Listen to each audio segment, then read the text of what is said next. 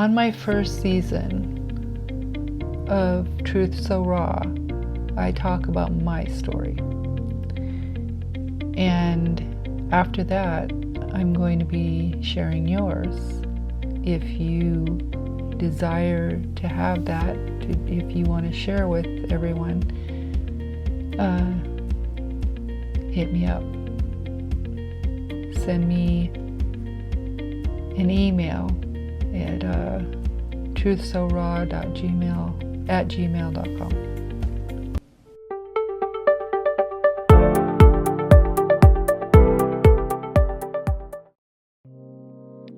I grew up a Jehovah's Witness.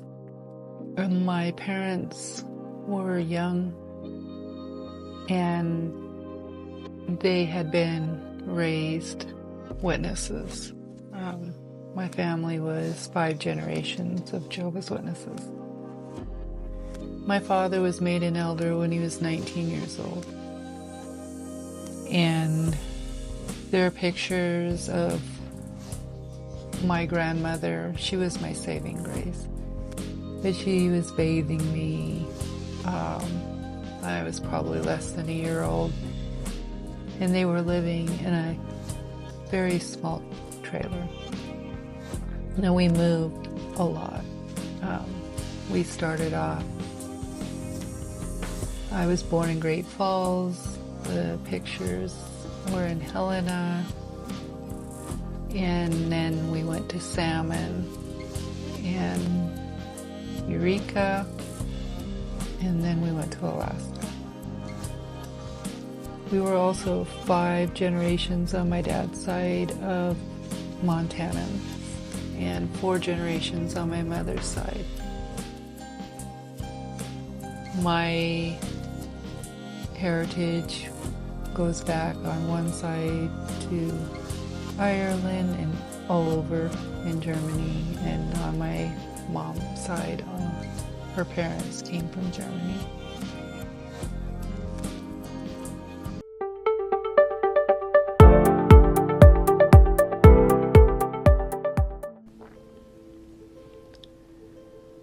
I can remember in Salmon, that's the first memories I have of going on the stage and Dad trying to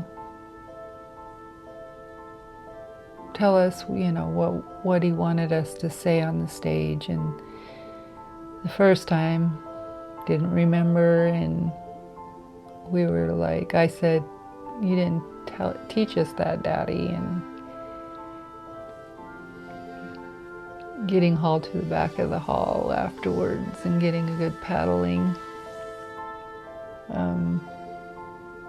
My dad was a voracious flirt, and what I remember mostly about my childhood is my mom being miserable and telling us too much information.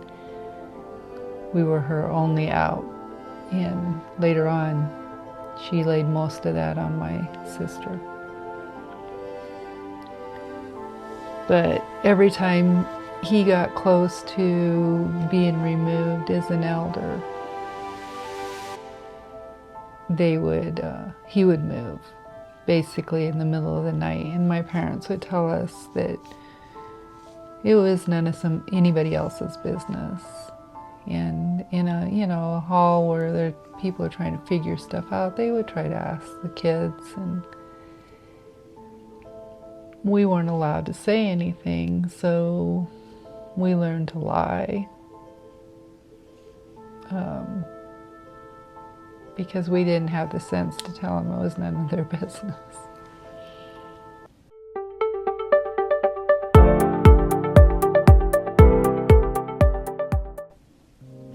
And my dad had a dream to go to Alaska. So we went to Haines, and there wasn't a congregation there. It was considered the neatest grade. And so we went, and we all formed this, it was like a family. It was like a big family. We would have jam sessions, and we would do all these things together. I remember that in Eureka and in Haines, I was afraid to go to school. I was afraid if I went, I would get all this anxiety and these panic attacks. Because I was afraid if I went, that my mother would commit suicide. And like in Eureka, I think one of the ways this got started is she was doing a lot of like screaming and falling on the floor and saying it was her sugar level, and Dad getting out a big 5-gallon bucket of honey and giving her tablespoons of honey. And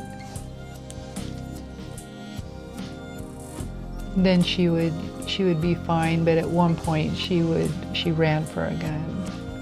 And I think that's where I got started with my horrible anxiety that she would die and that she would leave us with him.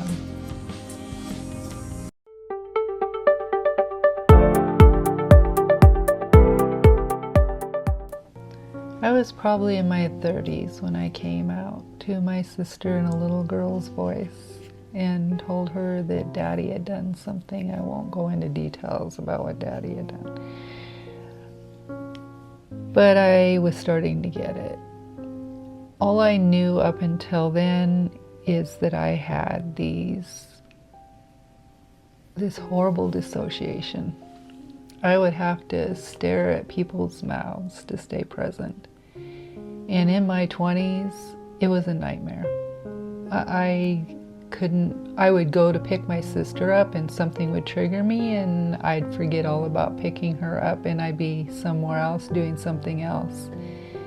And this disassociation was just, like I said, a nightmare. I felt like I was floating all the time. And I had no idea at that time what had caused this floating. I had no idea what was going on with me. I thought because Mom had the sugar level issues, I had my sugar level checked. And it took probably all of my 20s to start to put the pictures together.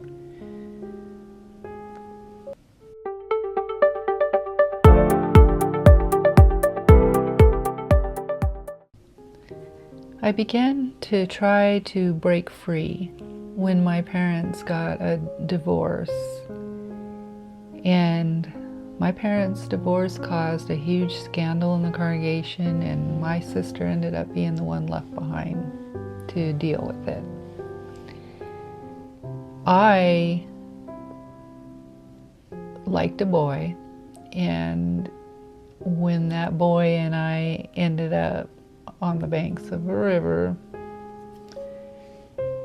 I had been told that anything hidden from the congregation would cause them to suffer for it until Jehovah would remove his Holy Spirit until it was revealed. And I didn't want anybody else to suffer for my actions. So I told on us. And they hauled us both before the elders. And I was never allowed to bring my parents. And they said a lot of things that were very inappropriate, and I knew they were inappropriate because I was raised with an elder. But I couldn't seem to get any answers on how to deal with this. My grandmother tried to get me to take a tape recorder and to tape them saying the stuff that they were saying to me. When my boyfriend and I had sex again, then I told them it was somebody else and that I wasn't going to stop doing it, so they may as well disfellowship me. Now that started a whole snowball of nightmare. I lost all the people that had been my big family, and my immediate family was the only one that could even acknowledge me. I was disfellowshipped. When I got married the first time, I married this really nightmare guy. And I was only married 18 months, but on the very first night I caught him in bed with somebody else. And he went from that to violence, and it just took, I unpack all this in my podcast, but it took me a long time to get free, and he was doing really bad stuff to me that I also share in the podcast. And probably it has a lot to do with my disassociations as well. I'm quite sure. It took me years to acknowledge it, to acknowledge what he had done and what had happened to me. And I had finally been reinstated with 2 new elders, but when he did this, I ended up being disfellowshipped the second time, and this time I lost my family. If they talked to me at all, they had to do so undercover, sneaking. And so I became very suicidal. And the only thing that I wanted to be a mother really, really bad. So the only thing that kept me from going off the edge was the fact that I was pregnant. And there was no way I wouldn't leave that kind of legacy. I had a growing son under 18 months. He was 18 months old when my second son was born. And I was pregnant. There was no way I was going to do that, but it was a nightmare for me. I needed my family, I needed support, and I had none.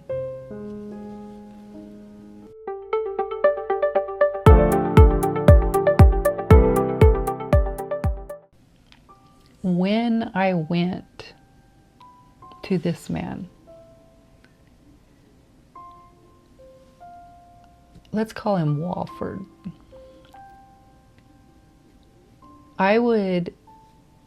he told me that I couldn't go to the hall.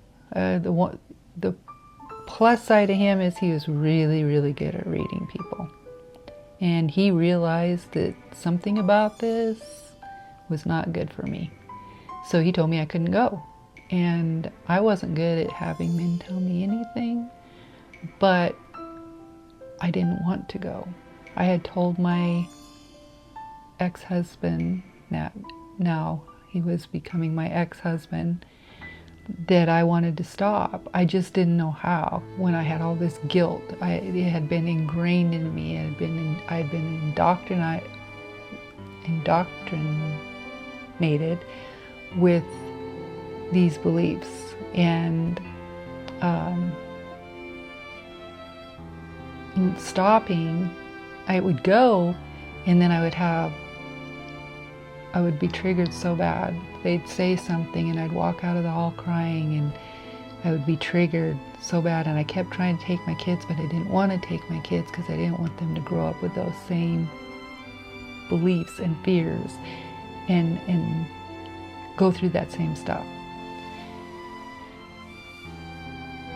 So I told my ex that I wanted to stop. I just didn't know how, and it tore me up. Oh my God, I was crying when I said it. It just tore me up. I didn't know how I could walk away from something I had known my entire life, and at that point I was 36 years old, and leave all the family I'd ever known, everybody I'd ever known, so that I could be true to me, so that I could find my truth. And this was the point where I started reading all the ancient things that I could get my hands on, because I had realized what resonated with me over time that I had to ignore, that I had to pretend didn't exist. And one of those was that I had always had a connection to spirit, a really strong connection. Except the witnesses believe that all of that is demons, or at least that's the way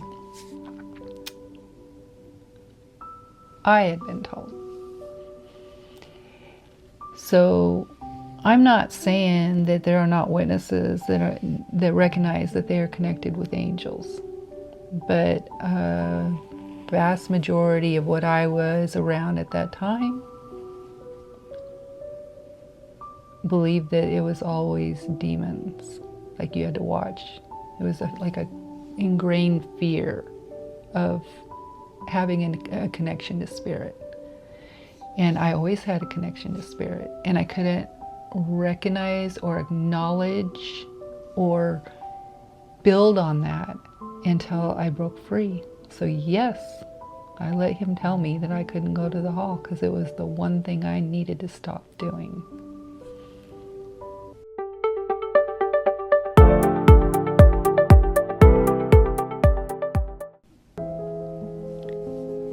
In our storms, in our dark nights of the soul, we often find our greatest growth.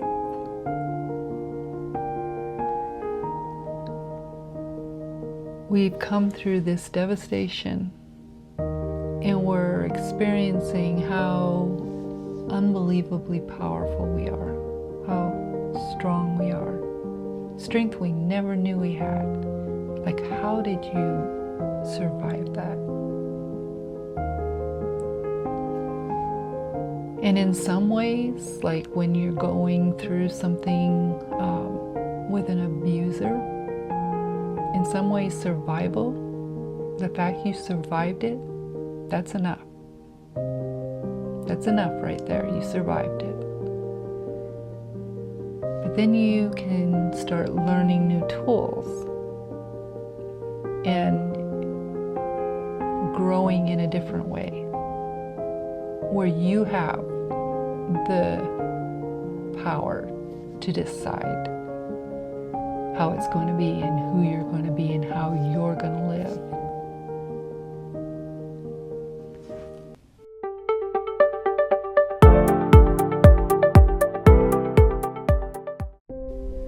I didn't know who I was. I had been told my entire life what I was supposed to believe and what I was supposed to think and what was right and what was wrong, and you don't question. And then on the other hand, my dad would love to debate. We'd debate about everything else, but you couldn't question anything about the congregation or the governing body. And I had definite breaks in what was true for me.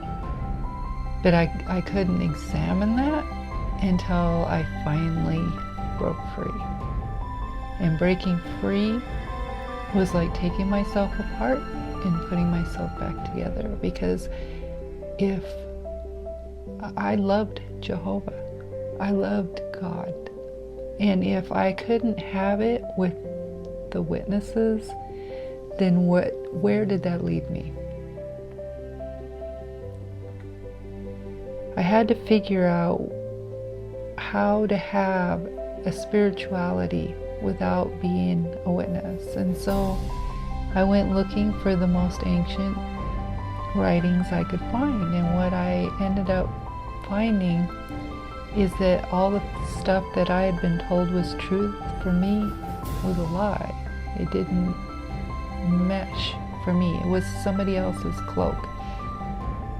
I believe everybody should wear their own cloak. What fits for them, it doesn't matter what brings them, as long as they have a spirituality. And for me, it wasn't ringing true. So it felt disjointed, it felt wrong. And I couldn't get behind it, I couldn't picture it. But when I started putting the pieces together of what was real for me, then everything started coming together. And I started realizing that who I was and what was true for me.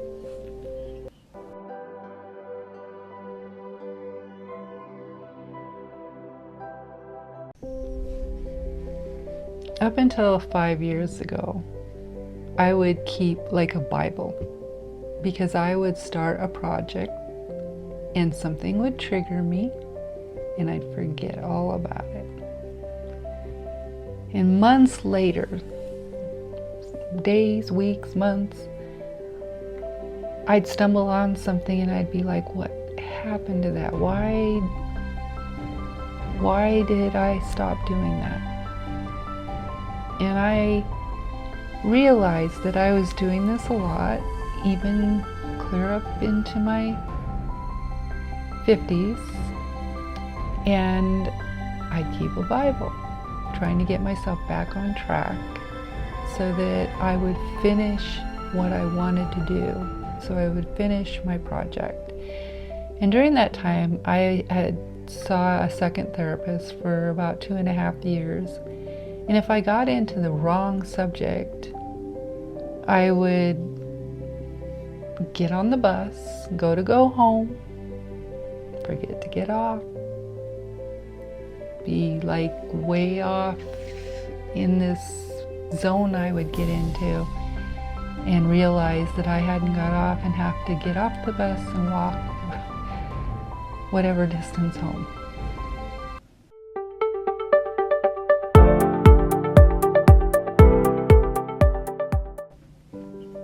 I still dissociate. I don't do it very often, but when I try to get into all this, you'll find me reaching for the button. I will completely go blank. It is like my brain is like, no, you're not going there. But what I've found is I have built this house, and I get into that in my podcast, a dream house over on a cliffside overlooking the ocean, where I take all the fractured pieces of me, the parts I find, and I take them there, from the little girls I was to the grown women, and we help each other heal. So if I find another part, I take her there. And I have a crystal room in there. It's full of crystals. I want healing centers like that, with rooms that are full of crystals. And healing music, because there was 5 years of my life that was the only lifeline I had, where I would play those healing frequencies in my connection with spirit. I keep all that in that house on the cliffside.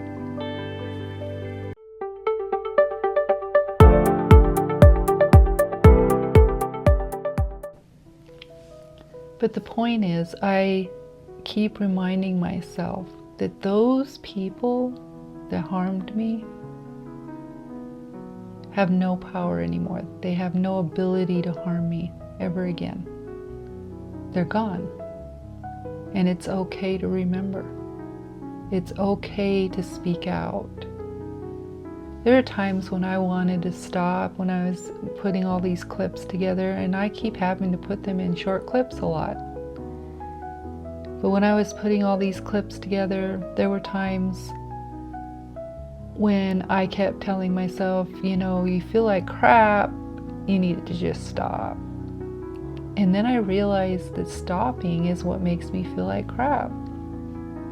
Actually, when I'm actually doing it, my new active power, I feel better. I feel more alive than I have felt in life, because I'm speaking out, because I'm reaching out to all the women who are still there, and I'm doing something to help you escape. I escaped. Now I'm reaching for you.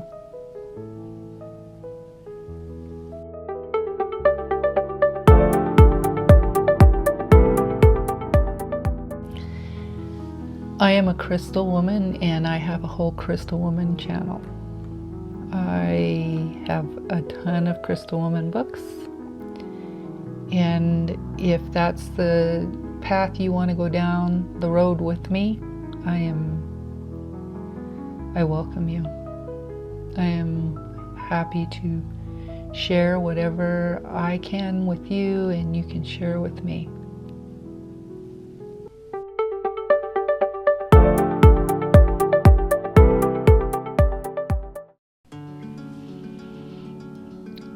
As I've said before, if you want to hear the whole story of my growing up, how I got to a place where I let all these horrible things happen to me, how I learned who I was and built on that, my connection to spirit,